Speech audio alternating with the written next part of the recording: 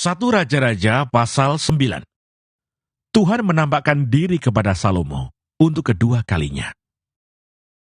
Ketika Salomo selesai mendirikan rumah Tuhan dan istana raja, dan membuat segala yang diinginkannya, maka Tuhan menampakkan diri kepada Salomo untuk kedua kalinya, seperti ia sudah menampakkan diri kepadanya di Gibeon. Firman Tuhan kepadanya, "Telah kudengar doa dan permohonanmu yang kau sampaikan ke hadapanku. Aku telah menguduskan rumah yang kau dirikan ini, untuk membuat namaku tinggal di situ sampai selama-lamanya. Maka mataku dan hatiku akan ada di situ sepanjang masa. Mengenai engkau, jika engkau hidup di hadapanku sama seperti Daud ayahmu, dengan tulus hati dan dengan benar, dan berbuat sesuai dengan segala yang kuperintahkan kepadamu, dan jika engkau tetap mengikuti segala ketetapan dan peraturanku, maka aku akan meneguhkan tahta kerajaanmu atas Israel untuk selama-lamanya, seperti yang telah kujanjikan kepada Daud ayahmu dengan berkata, keturunanmu tak akan terputus dari tahta kerajaan Israel. Tetapi jika kamu ini dan anak-anakmu berbalik daripadaku, dan tidak berpegang pada segala perintah dan ketetapanku yang telah kuberikan kepadamu, dan pergi beribadah kepada Allah lain, dan sujud menyembah kepadanya, maka aku akan melenyapkan orang Israel dari atas tanah yang telah kuberikan kepada mereka.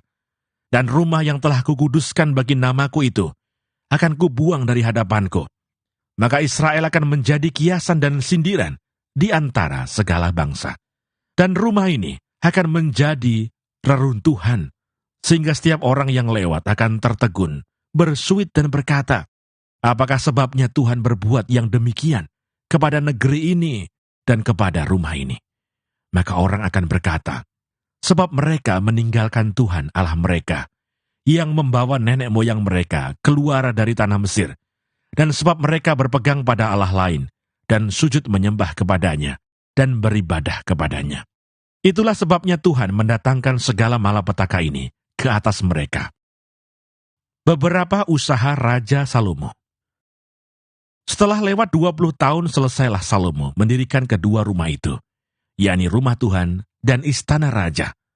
Oleh karena Hiram, Raja Tirus, telah membantu Salomo dengan kayu aras, kayu sanobar dan emas, sebanyak yang dikehendakinya, maka pada waktu itu Raja Salomo memberikan kepada Hiram 20 kota di negeri Galilea. Tetapi ketika Hiram datang dari Tirus untuk melihat-lihat kota yang diberikan Salomo kepadanya itu, maka semuanya kurang menyenangkan hatinya. Sebab itu ia berkata, macam apakah kota-kota yang telah kau berikan kepadaku ini, hai saudaraku? Maka orang menyebutkannya tanah Kabul sampai hari ini. Adapun Hiram telah mengirim kepada raja 120 talenta emas. Beginilah hal orang-orang Rodi yang telah dikerahkan oleh Raja Salomo. Mereka dikerahkan untuk mendirikan rumah Tuhan dan istana raja, dan Milo, dan tembok Yerusalem, dan juga untuk memperkuat Hasor, Megido, dan Geser, sebab Firaun Raja Mesir telah maju berperang dan merebut Geser, lalu membakarnya dan membunuh orang-orang Kanaan yang diam di kota itu. Kemudian diberikannya kota itu sebagai hadiah kawin kepada anaknya, istri Salomo. Maka Salomo memperkuat Geser. Lagi pula ada orang Rodi yang dikerahkan di Bet-Horon Hilir, di Baalat, di Tamar di padang gurun, yang ada di negeri Yehuda. Dan di segala kota perbekalan kepunyaan Salomo, di kota-kota tempat kereta, di kota-kota tempat orang berkuda, dan di mana saja Salomo menginginkan mendirikan sesuatu di Yerusalem, atau di Gunung Libanon, atau di segenap negeri kekuasaannya. Semua orang yang masih tinggal dari orang Amori, orang Het, orang Feris, orang Hewi, dan orang Yebus, yang tidak termasuk orang Israel, yakni mereka yang masih tinggal di negeri itu, dari keturunan bangsa-bangsa itu, dan yang tidak dapat ditumpas oleh orang Israel. Merekalah yang dikerahkan Salomo untuk menjadi budak Rodi. Demikianlah mereka sampai hari ini.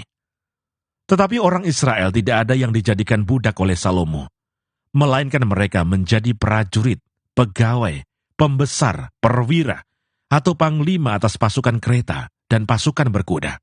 Inilah pemimpin-pemimpin umum yang mengepalai pekerjaan Salomo. 550 orang memerintah rakyat yang melakukan pekerjaan itu.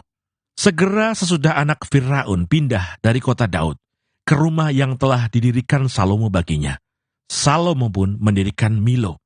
3 kali setahun, Salomo mempersembahkan korban-korban bakaran dan korban-korban keselamatan di atas mezbah yang didirikannya bagi Tuhan. Dan ia membakar korban api-apiannya di hadapan Tuhan. Demikianlah ia menyelesaikan rumah itu. Raja Salomo membuat juga kapal-kapal di Esion Geber yang ada di dekat Elot, di tepi laut Teberau, di tanah Edom. Dengan kapal-kapal itu, Hiram mengirim anak buahnya, yaitu anak-anak kapal yang tahu tentang laut, menyertai anak buah Salomo. Mereka sampai ke Ofir, dan dari sana mereka mengambil 420 talenta emas yang mereka bawa kepada Raja Salomo. 1 Raja-Raja pasal 10. Kunjungan Ratu Negeri Sheba. Ketika Ratu Negeri Sheba mendengar kabar tentang Salomo, berhubung dengan nama Tuhan, maka datanglah ia hendak mengujinya dengan teka-teki. Ia datang ke Yerusalem dengan pasukan pengiring yang sangat besar, dengan unta-unta yang membawa rempah-rempah, sangat banyak emas dan batu permata yang mahal-mahal. Setelah ia sampai kepada Salomo, dikatakannya lah segala yang ada dalam hatinya kepadanya. Dan Salomo menjawab segala pertanyaan ratu itu. Bagi raja tidak ada yang tersembunyi, yang tidak dapat dijawabnya untuk ratu itu. Ketika Ratu Negeri Sheba melihat segala hikmat Salomo dan rumah yang telah didirikannya, makanan di mejanya, cara duduk pegawai-pegawainya, cara pelayan-pelayannya melayani dan berpakaian, minumannya dan korban bakaran yang biasa dipersembahkannya di rumah Tuhan, maka tercenganglah ratu itu. Dan ia berkata kepada raja, "Benar juga kabar yang kudengar di negeriku tentang engkau dan tentang hikmatmu. Tetapi aku tidak percaya perkataan-perkataan itu sampai aku datang dan melihatnya dengan mataku sendiri. Sungguh, setengahnya pun belum diberitahukan kepadaku. Dalam hal hikmat dan kemakmuran, engkau melebihi kabar yang kudengar. Berbahagialah para istrimu, berbahagialah para pegawaimu ini, yang selalu melayani engkau dan menyaksikan hikmatmu.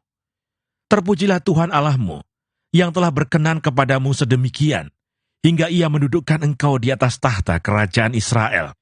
Karena Tuhan mengasihi orang Israel untuk selama-lamanya, maka ia telah mengangkat engkau menjadi raja untuk melakukan keadilan dan kebenaran." Lalu diberikannya kepada raja 120 talenta emas, dan sangat banyak rempah-rempah dan batu permata yang mahal-mahal. Tidak pernah datang lagi begitu banyak rempah-rempah, seperti yang diberikan Ratu Negeri Sheba kepada Raja Salomo itu.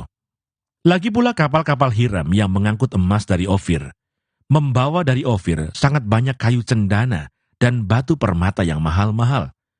Raja mengerjakan kayu cendana itu menjadi langkan untuk rumah Tuhan dan untuk istana raja, dan juga menjadi kecapi dan gambus untuk para penyanyi. Kayu cendana seperti itu tidak datang dan tidak kelihatan lagi sampai hari ini.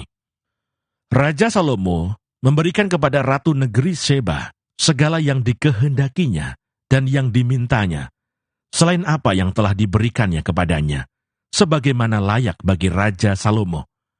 Lalu ratu itu berangkat pulang ke negerinya bersama-sama dengan pegawai-pegawainya. Penghasilan Salomo dan kekayaannya. Adapun emas yang dibawa kepada Salomo dalam 1 tahun ialah seberat 666 talenta, belum terhitung yang didapat dari saudagar-saudagar, dan dari pedagang-pedagang, dan dari semua raja Arab, dan bupati-bupati di negeri itu. Raja Salomo membuat 200 perisai besar dari emas tempaan, 600 sikal emas dipakainya untuk setiap perisai besar. Ia membuat juga 300 perisai kecil dari emas tempaan, 3 mina emas dipakainya untuk setiap perisai kecil. Lalu raja menaruh semuanya itu di dalam gedung hutan Libanon. Juga raja membuat tahta besar dari gading yang disalutnya dengan emas tua. Tahta itu 6 tingkatnya. Pada tahta itu ada di sebelah belakang sebuah kepala bundar, dan pada kedua sisi tempat duduk ada kelek-kelek. Di samping kelek-kelek itu berdiri 2 singa, sedang 12 singa berdiri di atas ke-6 tingkat itu, sebelah menyebelah. Belum pernah diperbuat yang demikian bagi sesuatu kerajaan. Segala perkakas minuman Raja Salomo dari emas, dan segala barang di gedung hutan Libanon itu dari emas murni. Tidak ada barang perak, sebab orang menganggap perak tidak berharga pada zaman Salomo. Sebab di laut Raja mempunyai kapal-kapal Tarsis, bergabung dengan kapal-kapal Hiram, dan sekali 3 tahun, kapal-kapal Tarsis itu datang membawa emas dan perak serta gading, juga kera dan burung merak. Raja Salomo melebihi semua raja di bumi dalam hal kekayaan dan hikmat.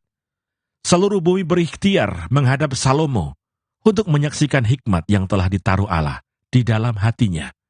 Mereka datang masing-masing membawa persembahannya, yakni barang-barang perak dan barang-barang emas, pakaian, senjata, rempah-rempah, kuda dan bagal, dan begitulah tahun demi tahun. Salomo mengumpulkan juga kereta dan orang berkuda, sehingga ia mempunyai 1.400 kereta dan 12.000 orang berkuda, yang semuanya ditempatkan dalam kota-kota kereta dan dekat raja di Yerusalem. Raja membuat banyaknya perak di Yerusalem sama seperti batu, dan banyaknya pohon kayu aras, sama seperti pohon ara yang tumbuh di daerah bukit. Kuda untuk Salomo didatangkan dari Misraim dan dari Kewe. Saudagar-saudagar raja membelinya dari Kewe dengan harga pasar. Sebuah kereta yang didatangkan dari Misraim berharga sampai 600 shikal perak, dan seekor kuda sampai 150 shikal. Dan begitu juga melalui mereka, dikeluarkan semuanya itu kepada semua raja orang Het dan kepada raja-raja Aram. 1 Raja-Raja pasal 11. Salomo jatuh ke dalam penyembahan berhala. Adapun Raja Salomo mencintai banyak perempuan asing. Di samping anak Firaun, ia mencintai perempuan-perempuan Moab, Amon, Edom, Sidon, dan Het. Padahal tentang bangsa-bangsa itu, Tuhan telah berfirman kepada orang Israel, "Janganlah kamu bergaul dengan mereka, dan mereka pun janganlah bergaul dengan kamu. Sebab sesungguhnya, mereka akan mencondongkan hatimu kepada allah-allah mereka." Hati Salomo telah terpaut kepada mereka dengan cinta. Ia mempunyai 700 istri dari kaum bangsawan dan 300 gundik. Istri-istrinya itu menarik hatinya daripada Tuhan. Sebab pada waktu Salomo sudah tua, istri-istrinya itu mencondongkan hatinya kepada allah-allah lain, sehingga ia tidak dengan sepenuh hati berpaut kepada Tuhan Allahnya, seperti Daud ayahnya. Demikianlah Salomo mengikuti Asitoret, dewi orang Sidon, dan mengikuti Milkom, dewa kejijikan, sembahan orang Amon. Dan Salomo melakukan apa yang jahat di mata Tuhan, dan ia tidak dapat sepenuh hati mengikuti Tuhan, seperti Daud ayahnya. Pada waktu itu Salomo mendirikan bukit pengorbanan bagi Kamos, dewa kejijikan sembahan orang Moab, di gunung di sebelah timur Yerusalem, dan bagi Moloch, dewa kejijikan sembahan Bani Amon. Demikian juga dilakukannya bagi semua istrinya, orang-orang asing itu, yang mempersembahkan korban ukupan dan korban sembelihan kepada allah-allah mereka. Sebab itu Tuhan menunjukkan murkanya kepada Salomo, sebab hatinya telah menyimpang daripada Tuhan, Allah Israel, yang telah 2 kali menampakkan diri kepadanya, dan yang telah memerintahkan kepadanya, dalam hal ini, supaya jangan mengikuti allah-allah lain. Akan tetapi ia tidak berpegang pada apa yang diperintahkan Tuhan. Lalu berfirmanlah Tuhan kepada Salomo, "Oleh karena begitu kelakuanmu, yakni engkau tidak berpegang pada perjanjian dan segala ketetapanku yang telah kuperintahkan kepadamu, maka sesungguhnya aku akan mengoyakkan kerajaan itu daripadamu dan akan memberikannya kepada hambamu. Hanya pada waktu hidupmu ini, aku belum mau melakukannya oleh karena Daud ayahmu. Dari tangan anakmu lah, aku akan mengoyakkannya. Namun demikian, kerajaan itu tidak seluruhnya akan kukoyakkan daripadanya. 1 suku akan kuberikan kepada anakmu oleh karena hambaku Daud dan oleh karena Yerusalem yang telah kupilih." Lawan-lawan Salomo.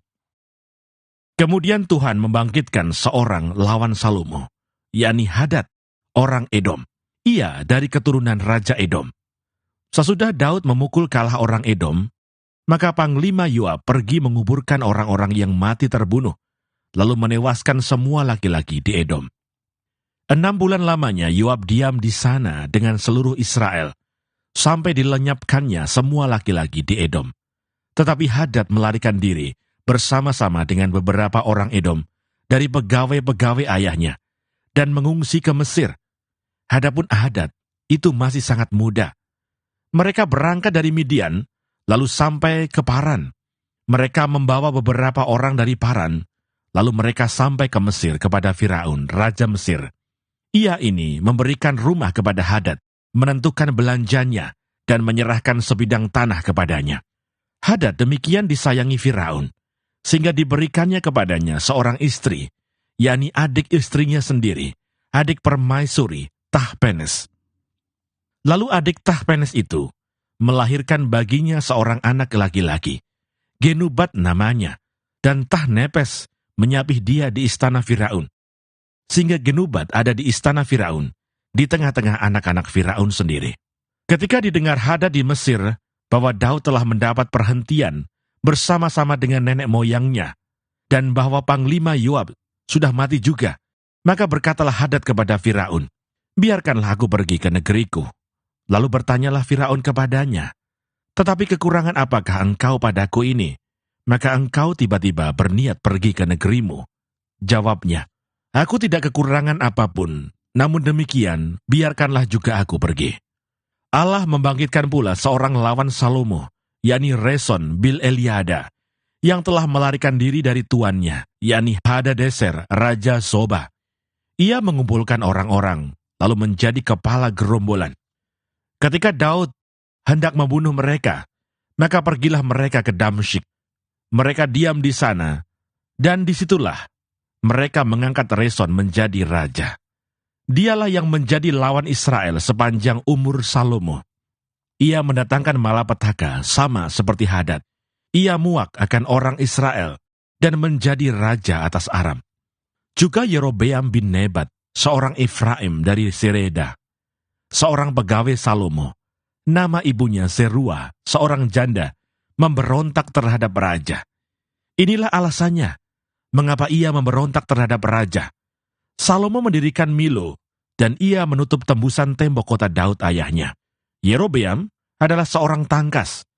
Ketika Salomo melihat bahwa orang muda itu seorang yang rajin bekerja, maka ditempatkannya lah dia mengawasi semua pekerja wajib dari keturunan Yusuf. Pada waktu itu, ketika Yerobeam keluar dari Yerusalem, Nabi Ahia orang Silo itu mendatangi dia di jalan dengan berselubungkan kain baru, dan hanya mereka berdua ada di padang. Ahia memegang kain baru yang di badannya, lalu dikoyakkannya menjadi 12 koyakan, dan ia berkata kepada Yerobeam, "Ambillah bagimu 10 koyakan, sebab beginilah firman Tuhan, Allah Israel. Sesungguhnya aku akan mengoyakkan kerajaan itu dari tangan Salomo, dan akan memberikan kepadamu 10 suku. Tetapi 1 suku akan tetap padanya oleh karena hambaku Daud, dan oleh karena Yerusalem, kota yang kupilih itu, dari segala suku Israel. Sebabnya ialah, karena ia telah meninggalkan aku, dan sujud menyembah kepada Asitoret, dewi orang Sidon, kepada Kamos, Allah orang Moab, dan kepada Milkom, Allah Bani Amon. Dan ia tidak hidup menurut jalan yang kutunjukkan, dengan melakukan apa yang benar di mataku, dan dengan tetap mengikuti segala ketetapan dan peraturanku, seperti Daud ayahnya. Bukan dari tangannya akan kuambil seluruh kerajaan itu. Aku akan membiarkan dia tetap menjadi raja seumur hidupnya, oleh karena hambaku Daud yang telah kupilih, dan yang tetap mengikuti segala perintah dan ketetapanku. Tetapi dari tangan anaknya lah, aku akan mengambil kerajaan itu, dan akan memberikannya kepadamu, yakni 10 suku. Dan kepada anaknya akan kuberikan 1 suku, supaya hambaku Daud selalu mempunyai keturunan di hadapanku, di Yerusalem, kota yang kupilih bagiku, supaya namaku tinggal di sana. Maka engkau ini akan kuambil, supaya engkau memerintah atas segala yang dikehendaki hatimu, dan menjadi raja atas Israel. Dan jika engkau mendengarkan segala yang kuperintahkan kepadamu, dan hidup menurut jalan yang kutunjukkan, dan melakukan apa yang benar di mataku, dengan tetap mengikuti segala ketetapan dan perintahku, seperti yang telah dilakukan oleh hambaku Daud, maka aku akan menyertai engkau, dan aku akan membangunkan bagimu suatu keluarga yang teguh, seperti yang kubangunkan bagi Daud, dan aku akan memberikan orang Israel kepadamu. Dan untuk itu, aku akan merendahkan keturunan Daud, tetapi bukan untuk selamanya. Lalu Salomo berikhtiar membunuh Yerobeam. Tetapi Yerobeam bangkit dan melarikan diri ke Mesir, kepada Sisak raja Mesir, dan di Mesirlah ia tinggal sampai Salomo mati. Salomo mati. Selebihnya dari riwayat Salomo dan segala yang dilakukannya dan hikmatnya, bukankah semuanya itu tertulis dalam kitab riwayat Salomo? Lamanya Salomo memerintah di Yerusalem atas seluruh Israel, ialah 40 tahun. Kemudian Salomo mendapat perhentian bersama-sama dengan nenek moyangnya, dan ia dikuburkan di kota Daud ayahnya. Maka Rehabeam anaknya menjadi raja menggantikan dia. 1 Raja-Raja pasal 12. Pecahnya kerajaan itu. Kemudian Rehabeam pergi ke Sikem, sebab seluruh Israel telah datang ke Sikem untuk menobatkan dia menjadi raja. Segera sesudah hal itu kedengaran kepada Yerobeam bin Nebat. Pada waktu itu dia masih ada di Mesir, sebab ia melarikan diri ke sana dari hadapan Raja Salomo. Maka kembalilah ia dari Mesir. Orang menyuruh memanggil dia. Lalu datanglah Yerobeam dengan segenap jemaah Israel dan berkata kepada Rehabeam, "Ayahmu telah memberatkan tanggungan kami. Maka sekarang ringankanlah pekerjaan yang sukar, yang dibebankan ayahmu, dan tanggungan yang berat yang dipikulkannya kepada kami, supaya kami menjadi hambamu." Tetapi ia menjawab mereka, "Pergilah sampai lusa, kemudian kembalilah kepadaku." Lalu pergilah rakyat itu. Sesudah itu Rehabeam meminta nasihat dari para tua-tua, yang selama hidup Salomo mendampingi Salomo ayahnya. Katanya, "Apakah nasihatmu untuk menjawab rakyat itu?" Mereka berkata, "Jika hari ini engkau mau menjadi hamba rakyat, mau mengabdi kepada mereka, dan menjawab mereka dengan kata-kata yang baik, maka mereka menjadi hamba-hambamu sepanjang waktu." Tetapi ia mengabaikan nasihat yang diberikan para tua-tua itu. Lalu ia meminta nasihat kepada orang-orang muda yang sebaya dengan dia, dan yang mendampinginya. Katanya kepada mereka, "Apakah nasihatmu, supaya kita dapat menjawab rakyat yang mengatakan kepadaku, 'Ringankanlah tanggungan yang dipikulkan kepada kami oleh ayahmu'?" Lalu orang-orang muda yang sebaya dengan dia itu berkata, "Beginilah harus kau katakan kepada rakyat yang telah berkata kepadamu, 'Ayahmu telah memberatkan tanggungan kami, tetapi engkau ini, berilah keringanan kepada kami.' Beginilah harus kau katakan kepada mereka, 'Kelingkingku lebih besar daripada pinggang ayahku. Maka sekarang, ayahku telah membebankan kepada kamu tanggungan yang berat, tetapi aku akan menambah tanggungan kamu. Ayahku telah menghajar kamu dengan cambuk, tetapi aku akan menghajar kamu dengan cambuk yang berduri besi." Pada hari lusanya datanglah Yerobeam dengan segenap rakyat kepada Rehabeam, seperti yang dikatakan raja, "Kembalilah kepadaku pada hari lusa." Raja menjawab rakyat itu dengan keras. Ia telah mengabaikan nasihat yang diberikan para tua-tua kepadanya. Ia mengatakan kepada mereka, menurut nasihat orang-orang muda, "Ayahku telah memberatkan tanggungan kamu, tetapi aku akan menambah tanggunganmu itu. Ayahku telah menghajar kamu dengan cambuk, tetapi aku akan menghajar kamu dengan cambuk yang berduri besi." Jadi raja tidak mendengarkan permintaan rakyat, sebab hal itu merupakan perubahan yang disebabkan Tuhan, supaya Tuhan menepati firman yang diucapkannya dengan perantaraan Ahia, orang Silo, kepada Yerobeam bin Nebat. Setelah seluruh Israel melihat bahwa raja tidak mendengarkan permintaan mereka, maka rakyat menjawab raja, "Bagian apakah kita dapat daripada Daud? kita tidak memperoleh warisan dari anak Isai itu. Ke kemahmu, hai orang Israel, uruslah sekarang rumahmu sendiri, hai Daud. Maka pergilah orang Israel ke kemahnya, sehingga Rehabeam menjadi raja hanya atas orang Israel yang diam di kota-kota Yehuda. Kemudian Raja Rehabeam mengutus Adoram yang menjadi kepala rodi. Tetapi seluruh Israel melontari dia dengan batu sehingga mati.